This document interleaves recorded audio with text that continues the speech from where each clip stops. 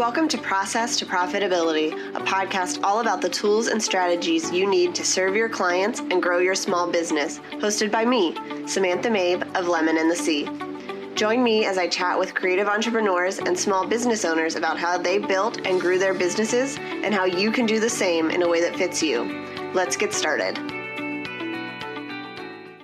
Welcome to episode 16 of Process to Profitability. Today I am talking with Ashley Cox of sproutHR all about building a team that supports your business mission. We covered some great topics, including how to hire for a small business, how to set up that process, including creating a really great job description and how you can create an interview that is going to find you the right person for the job. We also talk a little bit about the difference between contractors and employees and about how you can hire an intern for your business. Ashley Cox is the HR partner for creatives at sproutHR, where she helps you hire, train, and lead your thriving team, all with confidence and heart. She loves to make the scary and overwhelming parts of hiring and leading a team simple, actionable, and fun, so you can feel more at ease in your business and get the help you need.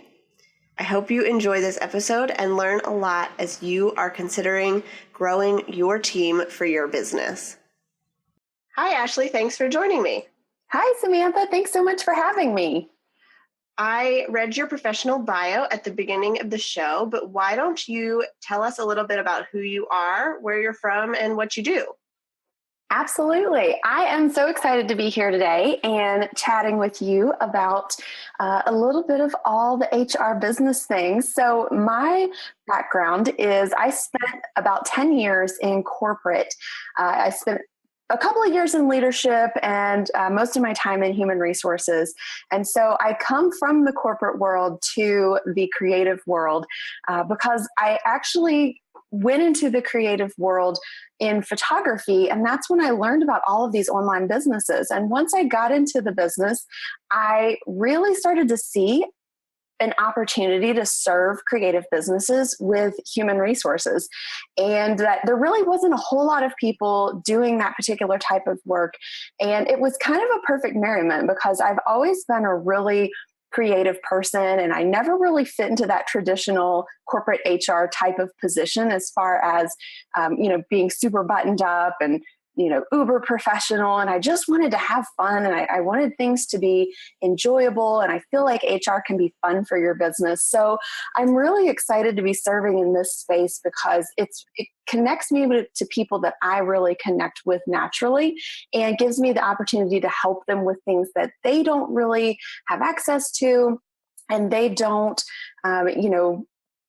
maybe have a point person for, and to really just kind of come alongside them, like you read in my bio, and just be a partner for them. So that's kind of how I came into this creative online HR world. But if you want to know where I came physically from, I am a West Virginia raised girl, and I am super proud of my home state. Love being from the beautiful state of West Virginia.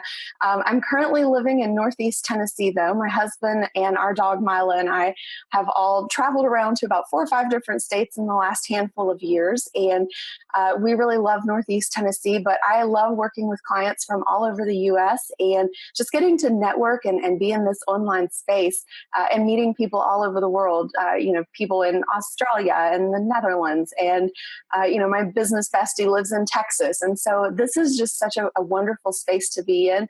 And to think that a small town girl from a little town that probably nobody's ever heard of in southern West Virginia could, be making friends with people all over the world through this really cool online business space is such a joy and such an excitement for me.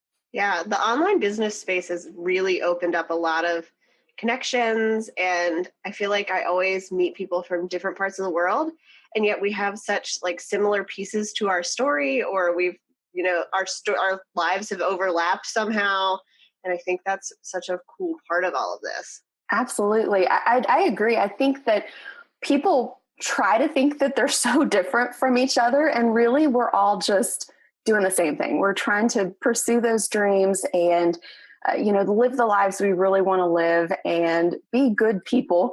I really believe that most people genuinely just want to be good people and put good out into the world. And you really see that when you're able to connect with folks from all over the world. Yeah. So how did you go from doing your photography business on the creative side to like including or starting the HR side of your business for creative entrepreneurs? Yeah, it was kind of a weird transition, right? I think like a lot of creatives, you kind of try things out until you find what works the best for you. That combination of, if you think about the Venn diagram, what do I do that I'm really good at? What do I do that I really love? And what can I do that helps other people? And that little sweet spot in the middle is where I find myself right now. And although I loved photography and I was really good at photography, it's not something that I've necessarily enjoyed serving others with. It's more of a personal hobby. When I got into that business, I thought that because I loved that, because I was passionate about it, because I was good at it, that those were all the key elements. But then when I got into it, I was like, oh, but I don't like doing this for other people. And so it was about 8 months that I had my photography business in full swing, and I was really working hard at it. And all that time, I had never been in this online world before. And so all that time I was like, what are all these businesses out here and what are they doing? And how are they working with each other? And what are their questions and how are they interacting with each other? And all through that time, I kept finding myself over and over and over answering questions in these Facebook groups about HR because I'd spent so much time in human resources. And so answering those questions over and over and over, it was like, this seems like a real need that these people have. And there's really no one here to serve them. And they were sometimes getting bad information from other business owners or illegal information from other business owners. And I'd come in and be like, hey, actually, that's not legal. You can't do it that way. It was kind of like, I just wanted to protect these business owners and to save them from making some really costly mistakes or making some mistakes that could legit shut down their businesses. And so as I kept answering those questions and I started talking to other people and talking to some friends, I was like, what about this HR consulting? Like, should I do this? And girl, let me tell you, I don't know how many people said, Ashley, we told you to do this like 3-4 years ago. What are you doing? And so it just kind of naturally came around that I had to go through this experience with my photography business in order to find that, yeah, this was a need. People needed this type of information I had to offer. And I had found kind of my people, my tribe, to be able to support them and to really help them in this transition in their business, because it's really scary and it can be super intimidating and it's confusing. And there's a lot of terms out there that unless you know what you're searching for, you might never happen upon them. So that was kind of my transition from photography into HR consulting. And I did officially shut down my photography business because my HR consulting business I really wanted to pour my whole heart and soul into serving these people. And I still do photography, but that's for me on the side. Yeah. I think that's great though, that you recognize that this thing you thought was like a business idea, it was really more of a hobby, and that's what you enjoyed it as. And you didn't try to force it for very long into being a business and making you money. Yeah. You can have that for yourself. Yeah. And I think that's what happens sometimes to entrepreneurs or small business owners, is that they do try to force things for too long. And you don't have to stay stuck in something that you're not making progress in, that you're hating worse than your 9 to 5. It's okay to just say you're not quitting. You're just making strategic decisions. And for me, that's what it was. It wasn't that I was quitting this. It wasn't that I failed at this. It's that I decided that this was not the direction I wanted to go. And I think a lot of times people get confused between quitting and making a strategic decision. Yeah. And you weren't afraid to take the thing that was your 9 to 5 that I think a lot of us are like running away from, and make that into a business that you could run the way you wanted to, instead of saying, I'm going to go a totally different direction because I don't want to be in that sort of 9 to 5, even like anywhere near it anymore. Yeah. And that's one of the things that I kind of look back and giggle on myself is that I feel like when I did leave corporate, I was very much running away. But I look back on it now and I thought I was running from HR, but I really was running from that corporate structure, that corporate environment. And I love being able to make decisions on the fly and to change things if something's not working, or to serve my clients the way that I feel is best, and not having to go through 83,000 layers of red tape. And so having that nimbleness and that flexibility, and being able to really take the skills and the training and the gifts that I have learned over the years and make that fit into the creative world. Oh my gosh, I love HR. I am such an HR nerd. Like, it's really bad. and so it's funny that I was able to bring those things, those strengths along, and really just craft this cool little job for myself where I get to do all the fun, nerdy HR things that I love in a way that feels good and feels right to me and to my clients. Yeah. Okay, so let's get into the topic, which is building a team that supports your business mission. Yeah. So if there are small business owners out there who are thinking about hiring someone in their business, what is it that they should start with in, like, before they actually start asking people for resumes or whatever? What do they need to figure out before all of that happens? Well, the most important thing to figure out first is if you really actually need to hire someone. And I say that because I've talked to a lot of, quote, potential clients who sought me out to help them hire someone for their team. And after we have that first initial 20-minute strategy call, I realized, you're not really ready to hire someone right now. You don't actually need to hire someone. You need to get these particular systems or processes in place. And that's where I see a lot of people almost kind of jumping the gun. You'll hear a lot of people say, oh, you should hire a team. You should hire a team. You need to hire before you're ready. And I can buy into that to a certain extent, but I really think that you've got to get your business working for you first. And what I mean by that is getting good systems in place, getting automation in place. And what this is going to do is twofold. Number one, it will help you extend that time between you actually needing to hire someone. And number two, it will help you onboard the people that you hire much more easily and much more quickly. And so if you get your systems and processes and your automations in place first, you are going to save yourself 1,000 times worth of headaches, I promise. So that's the first place I always start with clients. Or if somebody's asking questions in a Facebook group, I'll say, yeah, do you have a process for that? How would you train somebody to do what you do if you're going to delegate that? Because a lot of people are scared about delegating. And part of that nervousness comes from not having a written process. And it's that simple. And, you don't have to sit down in one day and write out every single process in your business. Like, I wouldn't even do that. That's daunting. But if you just, every day that you're doing something, okay, today I'm writing a blog post. Let me just write out the steps that it takes me to get this blog post from idea in my head to published and promoted. What does it take me to do all of that? And what are the steps in that process that I could outline for delegating to someone else? And if you go through this process and you just write down one process a day, then you're going to have all of those in place and ready to go whenever you're ready to hire your first employee. Yeah. And I have heard people say that if you need to have those processes in place, like written down somewhere, even if you're not hiring, because what happens if something happens to you and somebody needs to, get in touch with your clients and just let them know she's going to be away from her computer for a week, or, you need those processes written down somewhere that somebody else can find and help you out when that need is needed. Absolutely. I call that contingency planning. That's the big fancy corporate word for it. But basically, even if you just have a very basic one sheet document that if something did happen to you, you never know. You could be in a car accident. You could be pregnant with your first child and go out 2 months early because you have to be put on bed rest.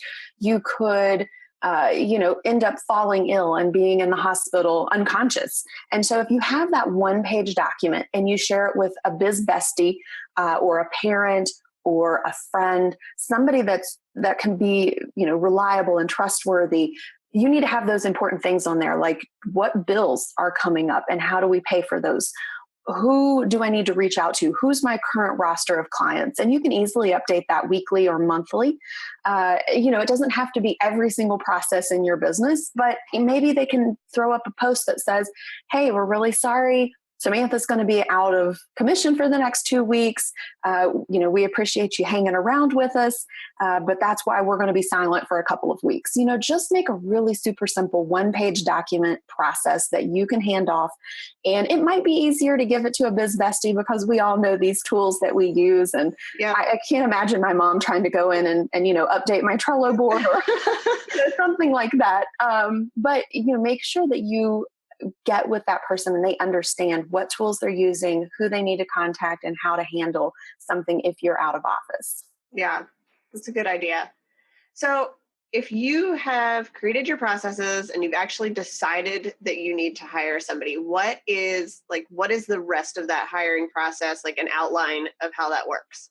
Yeah, the first thing to start with is a good, solid job description. And I will preach job descriptions till the day I die because they are a multifaceted tool that can help you in so many different ways in your business.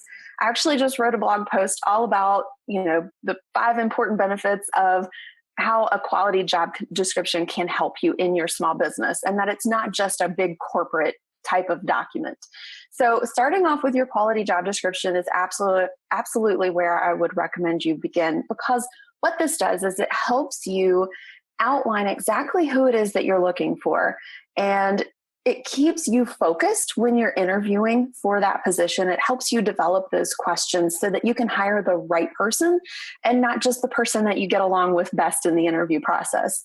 The next thing I would say is to make sure that you outline your interview process really, really well.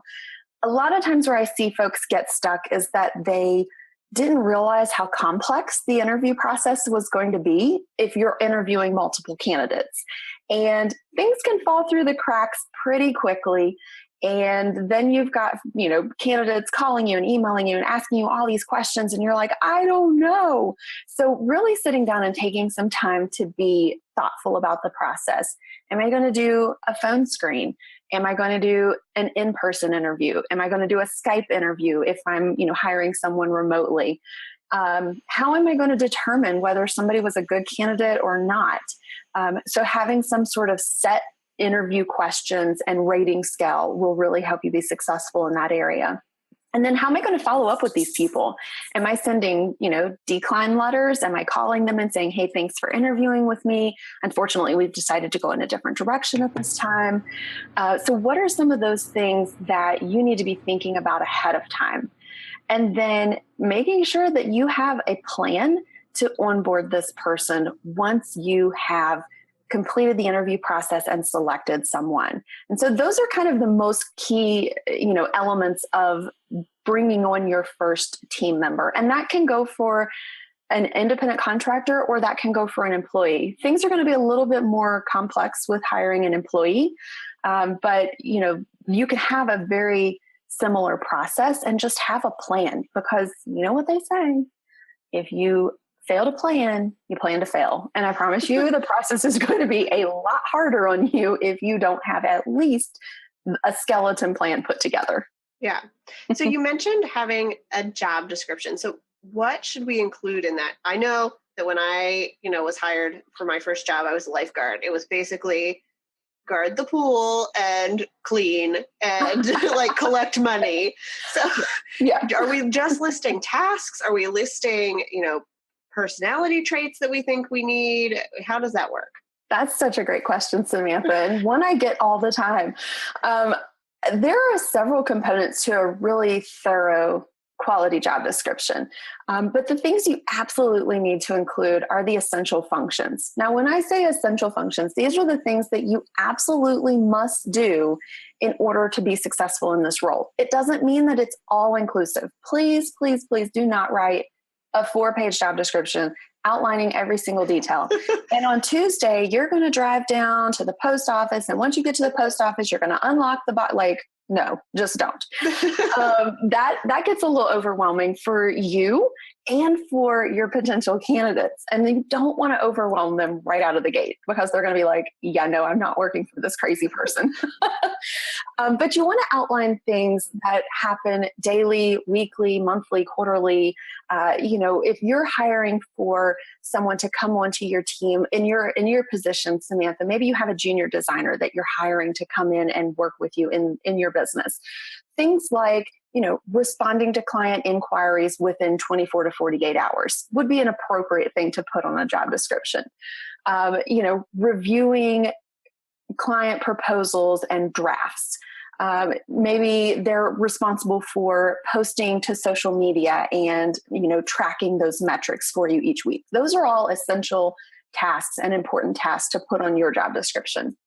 As far as personality characteristics, I refer to those as competencies. What are the competencies that you need for this individual to have? So attention to detail, client relations, maybe they need to be organized and have good time management skills. Those are the types of things you want to put on there. If they're bubbly and outgoing, that doesn't necessarily make a difference. They might be somebody who's a little more reserved. They might be very introverted. They might be a very quiet person. Somebody very different from myself. But that doesn't mean that they're not the best or the right person for this job. So it's really important to look at the skills and the characteristics and the qualities that you need for this person to be successful.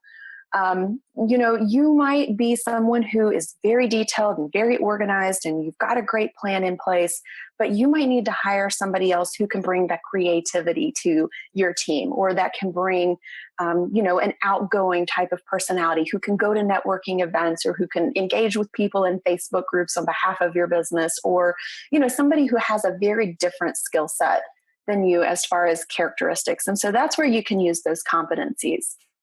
So we've got essential functions, we've got competencies.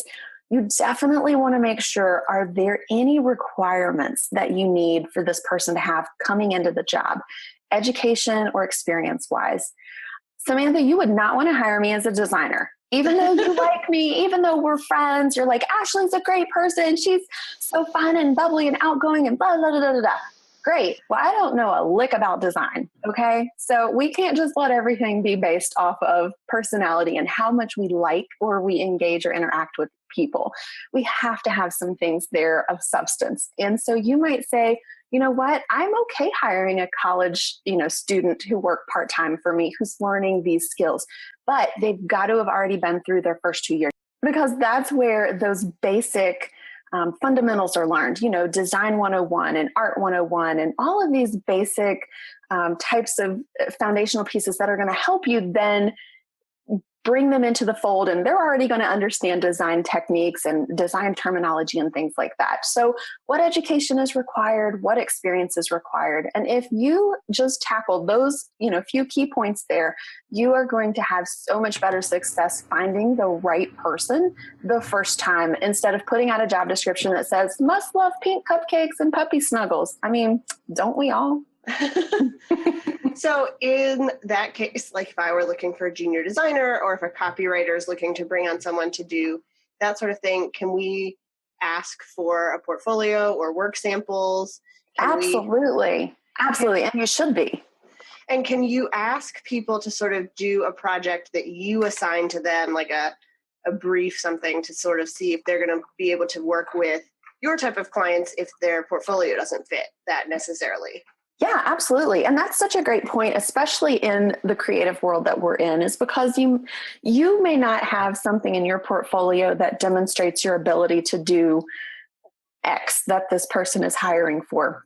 But maybe that's because that's the only type of work you've, really been showcasing. Or maybe that's the best of the best projects that you've worked on. And so I absolutely think that it's key for you to be able to determine if this person is going to be a good fit for your business. And so a skills test or a skills assessment could easily be something you implement into the interview process. I would recommend, you could either do it before your official interview and have them send over a sample. So for a copywriter, they might want to have somebody send over a writing sample, and they may give them a prompt to determine how can they think on their feet. So if I'm talking to you today, Samantha, and I'm a copywriter and I'm hiring, a junior copywriter for my team, I might say, okay, Samantha, our interview is on Friday. I'm going to send you this prompt today, and I want you to send this over to me before our interview on Friday, because I want to see how you think on your feet. I want to see if you can take an idea or a concept or a topic and write a fully constructed and well thought out piece, because in the world of copywriting, things move quick. You might not have 6 months to sit on a topic idea and write a piece. You may be turning around blog posts in just a few days or a week. You may be having to turn around sales copy in just a week or two. So it's important that you are able to test them for what's essential for your job. And so think about what are those things that they're going to be called to do, and what kind of time frame are they going to be called to do it in.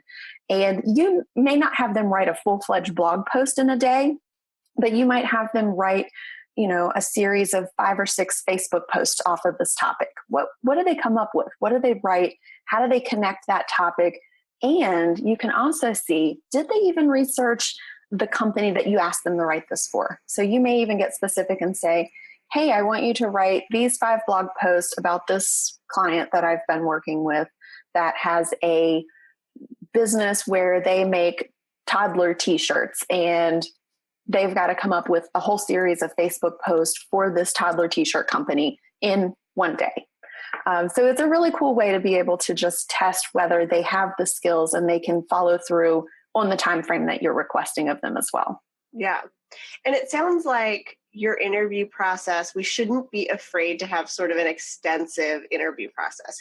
You don't want to just get on the phone, ask a few questions, and decide that because you like somebody, they would be a good fit. You have to be able to do more than that, which I think is probably scary for a lot of small business because we've never been on that side of business before. Yeah. Scary is a good word to use for it, and it can be. I know it's probably not a common or a popular opinion. As a matter of fact, I know it's pretty much not. But I don't believe in the hire fast, kind of vibe that people have going on right now. I think that you really need to take your time and think through what you want from this person and find the right person that's best for your business. Because what you don't want happening is what I see happening with clients who hire fast. They're hiring again and again and again for the same position because they didn't get it right the first time. And to me, that can be really discouraging for small business owners, thinking, oh my gosh, I'm never going to get this right. Yeah, you need to take a little bit more time and not just hire the first person you talk to, or hire only one person that you've ever talked to, or hire your best friend because you're best friends and you want to work together. You really need to be thoughtful and be strategic and take your time to hire the right person. Can you do it in 2 or 3 weeks? Absolutely. Does it take some people longer? 2-3 months? Yeah. But to me, I would always rather hire the right person who can grow with my business, who can become an important part of my business, and who can be with me long term versus just hiring off the cuff and not putting any real thought into it, because you're going to look unprepared. You're probably not going to hire the right person, and things are going to be a lot more difficult for you to manage, especially when that person doesn't work out and now you've got to make some really tough decisions. Yeah, I totally agree with that. The company that I used to work for was really in that hire fast mentality, and I saw people come and go so much because they weren't taking the time to hire the right people. And when it was the right person, it was just kind of luck of the draw. They happened to luck out on a person that worked out, and not because they had spent all of the time figuring out what they wanted to look for. Yes. And that's where I think a lot of people in our online business world, they just jump to hire and they skip over the whole part. Well, do I need to hire? Should I hire a contractor or should I hire an employee? What kind of tasks do I need them to do? how am I going to, manage this person? How am I going to check in with them? What kind of communication are we going to have? So the whole planning phase, that whole foundational element is skipped over. And this is why we find small businesses who are struggling with the team that they have, or they're upset because the person isn't really the best person. And there's really, I'm going to say it, folks, I'm going to say it. There is no one to blame but ourselves. And I have been there. Trust me. I spent 10 years hiring people, and those first couple of years, they were rough, y'all. They were rough. And so, you learn the skills as you go along, but take the advice and you will have a lesser learning curve, and you won't make a lot of those forehead slapping mistakes that you see happening out there, and that I have definitely made myself. Absolutely. So you mentioned that you need to figure out if you want to hire a contractor or an employee. So can you talk a little bit about the difference between those and how each can work with your business? Sure. Contractors and employees often get confused in our world, and people refer to their team, and a lot of times they're referring to their team of contractors. And the government doesn't really like us to use the word team when we're referring to contractors, but I'm not going to get too nitpicky over that, because I know the idea and the premise behind that is that we're building this support system of people who are really cheering on and wanting our businesses to be successful. But when you hear people talking about a team, they're not always talking about a team of employees. They might be talking about a team of contractors. And one of the best places to start when you're hiring for your small business is to start with contractors, because you can use them on a short-term basis. You can use them on a project-by-project basis. If you have really busy seasons, you can hire during those really busy seasons. And then you're not committed to having this person around all year long, which is a really big commitment for a lot of small businesses who still have those very up and down fluctuating months, right? Yep. So when you're thinking about hiring for contractors, these are people who can do specialized things for your business, like hiring a designer, Samantha, or hiring an HR consultant, or hiring a copywriter to write your sales page. But when you're thinking about things in your business that you're going to need on an ongoing, consistent, regular basis, a lot of times it comes up that you need a personal assistant in your business, that you need someone who's actually going to be on your team as a junior designer, that it's not work that you can contract out any longer because it's the actual core work that you're doing in your business. And when it comes down to the core work in your business, that's when you need to think about hiring an employee. There's a lot of different technicalities about hiring contractors and employees, and I could talk about this for probably the next 3 hours, but I don't want to bore everybody to death with it. But there are some very, very specific legal restrictions on what you can do with a contractor. So you can't control the way in which they do their work. You can't control the tools with which they use. Now, if they agree to use the tools that you use, that's fine. But you can't make them use Trello if they use Asana. And you can't dictate when they do their work. So it's a very hands-off type of relationship. And so a lot of people think hiring a contractor is easy peasy. I just go out there and I hire whoever my friend hired and we just go on down the road. But you still need to be very strategic about who you're hiring as a contractor, because you want to make sure that they're going to be able to do the work that you need for your clients and to help you run your business, because you're not going to be able to, and you shouldn't be training them. They should come to you fully trained and ready to go, hit the ground running. Now, you're going to pay a higher hourly wage premium for these people or project premium for these people.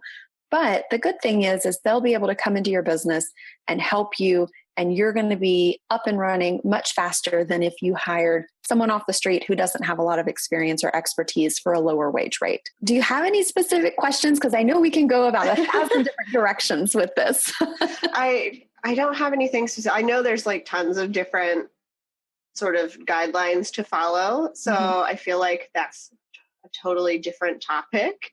But I think it's good to think of really the time, not dictating the time or how they do their work. Those are really simple ways to look at it. So if you want someone to design for you and they have to be available like from 9 to 5 every day, that's probably more of an employee than it is a contractor. Absolutely. You hit the nail on the head. Now, if you are, I've seen a couple people talking about hiring like an intern and thinking that that is free work. Is that actually the case? If everybody could see my face right now, it's the emoji that like has his mouth wide open and his little hands on the side of his face going, oh no. Y'all just don't hire unpaid interns. Just don't. For most businesses in the online space that we're in, you don't qualify to hire an unpaid intern. And I know that's super hard to hear. I've got a couple of reasons here for you why. So unpaid interns were designed mostly for the nonprofit industries and for publicly traded businesses who had these big companies that had lots of resources. And so an unpaid internship is designed for the intern to really get just an educational experience in the public sector world, or as more of a volunteer type basis for the nonprofit world. It was not designed for small, for-profit, privately held businesses, AKA you and I, to get free labor. And it does violate the Fair Labor Standards Act. And so y'all don't want to be violating federal law. That's not going to be good for you, I promise. And there actually are 6 criteria that the Department of Labor lines out for hiring an unpaid intern. And just when you're reading through those 6 criteria, you have to meet every single one of them. There's not like, oh, if I meet this and I don't meet that, then I can have an unpaid intern. You have to meet every single one. And so some of those criteria are that you have to provide this as an educational opportunity, that this person might actually be more of a hindrance to your business than a help, that they can't be doing work that you would actually hire an employee to do for you in your business. So no, they can't be managing your social media, and they can't be answering emails, and they can't be doing these things that help you run your business. And so that's where a lot of people right now have got some really bad, incorrect, illegal information. I mean, there's really no nicer way to say it, floating around out there on the internet. And that's where, when you work with someone who's been in HR for the last decade, and you know, I've got certifications and training and all of these things that can show you that I know what I'm talking about. And I know that if you're hiring an unpaid intern, it is 95% sure that that is illegal for you, unless you meet those criteria of public sector, and you know that's being traded on the NASDAQ or the New York Stock Exchange. And I'm pretty sure most of us aren't being traded on the stock exchange right now. Or if you're a nonprofit business, and there may be some of those folks listening to this podcast. So if you are a nonprofit, you've got some different rules. Don't worry if you have unpaid interns. But for most of us, unpaid interns actually are an illegal practice. Now, I told you I would give you 2 different viewpoints. So that's viewpoint number 1, where, you know, you should just be following the federal law. And viewpoint number 2 is something that we talk about a lot in our world, Samantha. And it's charging what you're worth. Okay, let's take this one step farther. If we're not paying our interns, are we giving them what they're worth? And to me, it's saying, oh, yay, I can charge what I'm worth, and I don't have to pay this intern over here, and this is amazing. Well, doesn't that intern, aren't they worth something? What's the value of that intern to your business? And so to me, this not only is a federal and a legal type of topic, this is also a heart topic. I'm not going to bring someone in my business to just do free labor for me, and I get all the gain and all the glory. And I say that they're getting an educational opportunity. But if you're really that busy that you're bringing an intern in, you probably don't have a lot of time to invest in them from an educational perspective. So you might give them a little bit, you might kind of give them some guidance here and there, but you're treating them more like an employee and not like an educational opportunity. They're not sitting in a classroom. They're not shadowing you all day long, learning every step that you do in your business. They're doing that tedious work, or they're doing that administrative type work, or they're doing that work that you hate doing, and you're not paying them for it. And to me, that's kind of shady. Yep, I would agree. I know I went to school for architecture. So when we graduated, we had to do an internship. And I know that they had mandated that all internships had to be paid for that reason. They were like, you're not going to sit and draw toilets all day and not get paid for it. Yeah. Wow. I mean, I can't even imagine getting to sit and draw toilets all day. That's incredibly fun. I mean, I stayed away from it. I decided to go a different direction. You were like, I'm not the toilet drawing queen. I mean, It's not my jam over here. But I'm glad that they did that, because a lot of schools don't really educate their students on the legalities of paid and unpaid internships. And they just leave it to these 18, 19, 20-year-old kids to decide what is right and what is not right. And a lot of times, unfortunately, the students get taken advantage of. And, if I can help these students avoid being taken advantage of, and I can keep our small businesses safe through legal hiring practices, then I feel like I've made a difference somehow. Yeah. So is there anything that I didn't ask that you wanted to cover as far as building a team for your business? One of the most important things I always talk about with my clients too is culture. And we didn't really touch on culture very much today. And that's something you can start building now, even if you're not ready to hire a team. And what I mean by culture is having your core values in place, deciding what is important, not just for you and your business, but what's important to serve your clients. What's going to be important when you have team members in your business?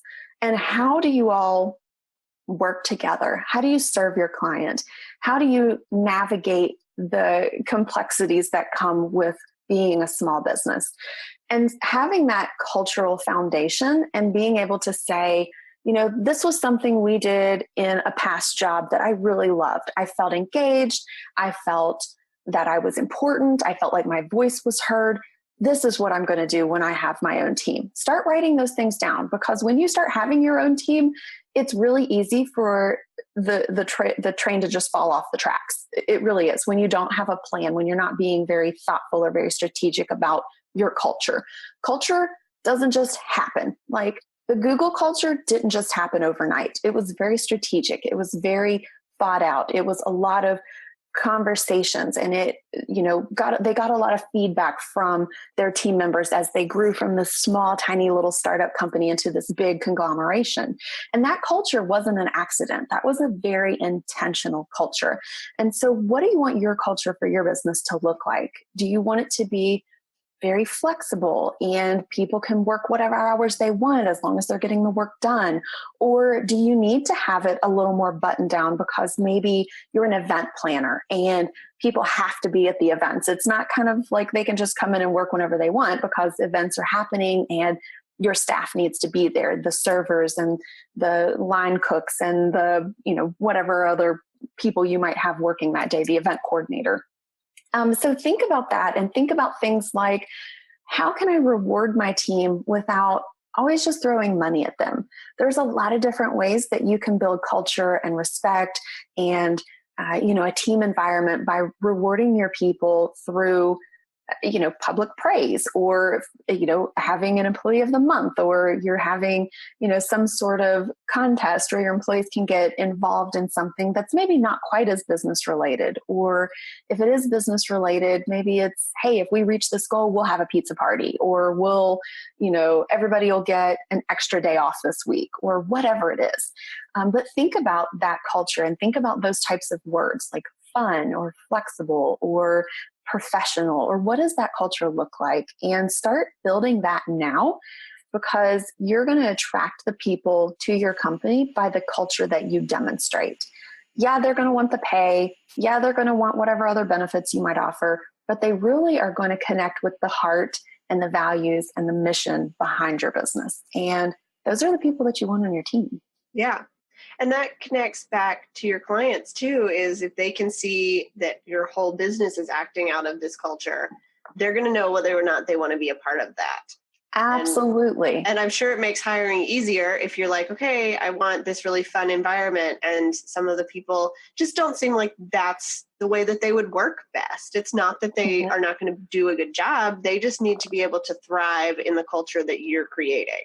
Exactly. And the more clear you can get on your culture and your values and the way that you run your business, the more you're going to attract the people that you are going to work with best in your team, and you're going to repel the people who are not going to thrive in that environment. And it's just like with an ideal client. We want to attract the clients that we're going to work best with and repel the clients that maybe might not fit with us, whether it's because we really can't serve them or they have a different expectation of how we're going to work together, or whatever that is. You've got to attract your ideal employees just like you would attract your ideal clients. And a lot of times your ideal clients end up being your ideal employees as well, because they're so invested in what you're doing. Yep.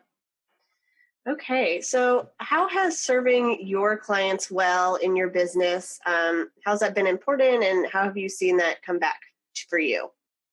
Oh gosh, I love my clients. I mean, I still constantly talk to the very first client that I booked with sproutHR when I started back in July of last year. So I'm coming up on the 1-year anniversary of Sprout. And, it's fun to be able, to me, serve someone who started off very nervous and very hesitant and not really sure what to do or what step to take. And she was hiring her first employee, and she was really quite overwhelmed. And to see her confidently, taking these steps, and she hired her team member, and she's been leading that team member. And when, issues have arisen, she's handled them like a champ. And, we've talked about, well, how should I do this? And how should I do that? And okay, well, what about this? And what about that? And just to know that she comes back to me because she trusts me. Like, I think trust is the biggest and the most, fulfilling part of my job, is that these clients don't just work with me once. They work with me time and time and time again because they trust the information that I'm sharing with them. They trust the guidance that I'm giving them.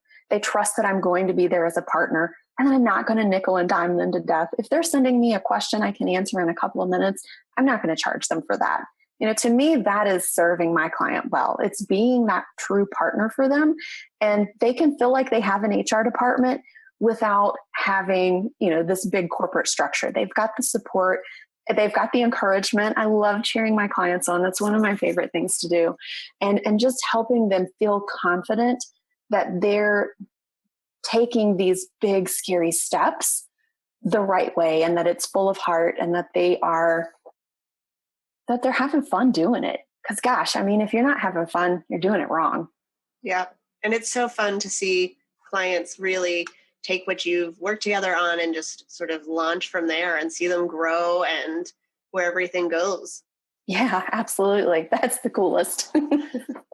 Okay. So tell me 2 things that you're loving right now. They can be business or life.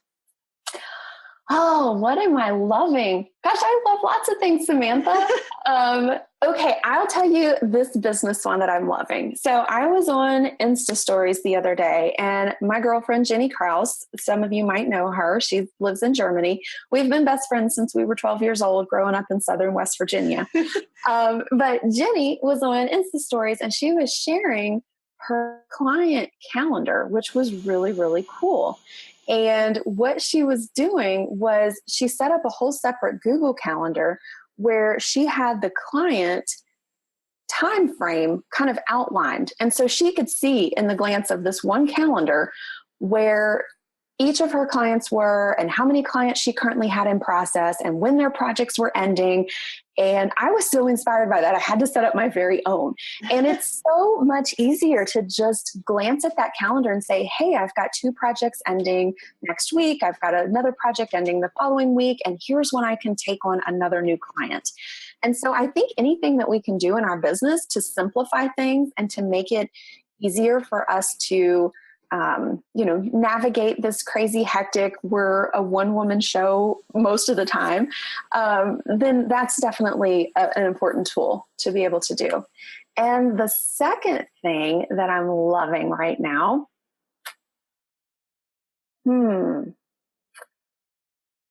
I'm loving the fact that it's summer and travel season, and I'm a huge adventurer. So I've got tons of little weekend getaways and trips planned. So I'll do a business and a personal.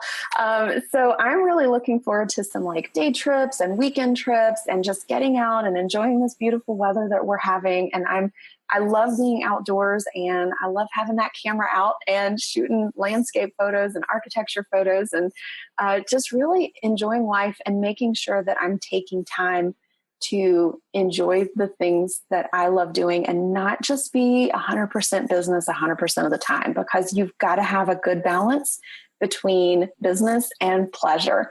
And so, yeah, you may work hard, but you better be out there playing hard too. So make sure that you're taking some time for yourselves, in your business, and that you're getting your things done and taking care of your clients and loving on them well. But make sure you're taking care of yourself and loving on yourself and doing the things that light you up inside too.